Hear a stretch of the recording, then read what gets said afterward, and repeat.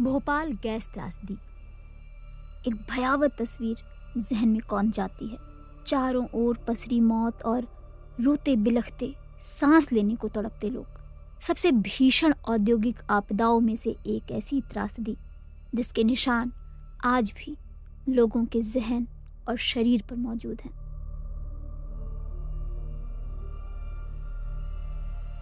अब 40 साल बाद इस दर्दनाक हादसे के जहरीले अवशेषों को हटाया जा रहा है। त्रासदी के निशान के तौर पर शहर के बीचों बीच मौजूद जहरीले कचरे को दूर भेजा जा रहा है। साल के पहले दिन ये कवायद शुरू हुई। राज्य के मुख्यमंत्री ने बताया कि इस प्रक्रिया को शुरू करने से पहले कई तरह के लैब टेस्ट किए गए हैं। इस कचरे निपटान की सारी प्रक्रिया में शासन ने हमारी अपनी गंभीरता रखते हुए इस तरह से बढ़ने का प्रयास किया कि सालों पुरानी एक परेशानी, इस परेशानी से निपटने के लिए योग्य मार्गदर्शन वैज्ञानिकों की उपस्थिति में क्रमशः इस दिशा में ठोस कदम उठाया जाए और सभी प्रकार की टीमें जैसे केंद्रीय प्रदूषण नियंत्रण बोर्ड, मध्य प्रदेश प्रदूषण नियंत्रण बोर्ड और अन्य लोगों की उपस्थिति में इस प्रकार से इस कचरे का निपटान किया जाए। और हमने इसी आधार पर कल अपने यहाँ से भोपाल से ये कचरे को योग्य जगह पहुंचाया भी है। और मुझे इस बात का संतोष है कि अभी तक की हमारी सारी गतिविधियों में जो हमने निर्णय किया था वो शांतिपूर्वक रहा। साल 2025 के पहले दिन रात में ये जहरीला कचरा 12 ट्रकों में भरकर भोपाल से करीब 200 किलोमीटर दूर पीथमपुर के लिए रवाना किया गया। ये सारी कार्रवाई भोपाल के रहने वाले आलोक प्रताप सिंह की एक जनहित याचिका का परिणाम है। उन्होंने ही साल 2004 में हाईकोर्ट में याचिका डाली थी, जिसके बाद एक लंबी कानूनी प्रक्रिया चली।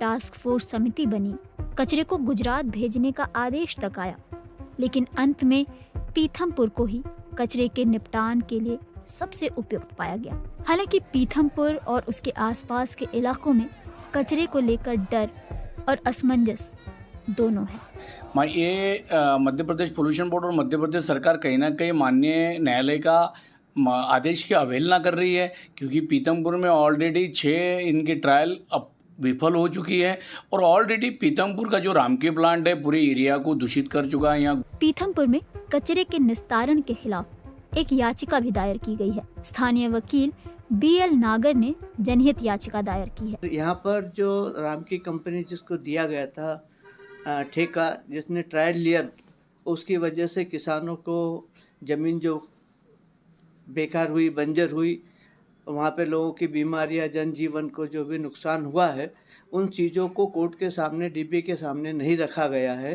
पूरी तरीके से, और कोर्ट ने यह आर्डर कर दिया है। तो हम जो कोर्ट ने आर्डर किया है उस आर्डर को रिकॉल करने के लिए हाई कोर्ट जबलपुर के अंदर उसमें कार्रवाई करने जा रहे हैं। इस मामले पर राजनीतिक बयान भी आ गए हैं। पीथमपुर से सटे इंदौर के मेयर और BJP नेता पुष्यमित्र भार्गव ने कहा है कि इस मामले पर पुनर्विचार किए जाने की जरूरत है। मेरा ऐसा मानना है कि इसको लेकर पुनर्विचार होना चाहिए। पीथमपुर में ये कचरा न जले, ये पीथमपुर के लिए, इंदौर के लिए और मध्य प्रदेश के भी हित में होगा। लेकिन सबसे बड़ा सवाल ये है कि पीथमपुर पहुंचने के बाद इस कचरे का क्या होगा।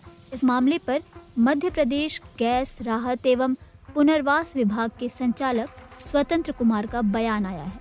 उन्होंने BBC से कहा कि मध्य प्रदेश में औद्योगिक इकाइयों से निकलने वाले रासायनिक और अन्य अपशिष्ट के निष्पादन के लिए धार जिले के पीथमपुर में एकमात्र प्लांट है, जहां जहरीले कचरे को सुरक्षित तरीके से जलाया जाता है। ये plant central pollution control board के दिशा निर्देश के मुताबिक संचालित होता है। तो भोपाल से पीथमपुर पहुंचे कचरे को सबसे पहले इंसिनरेटर में जलाया जाएगा।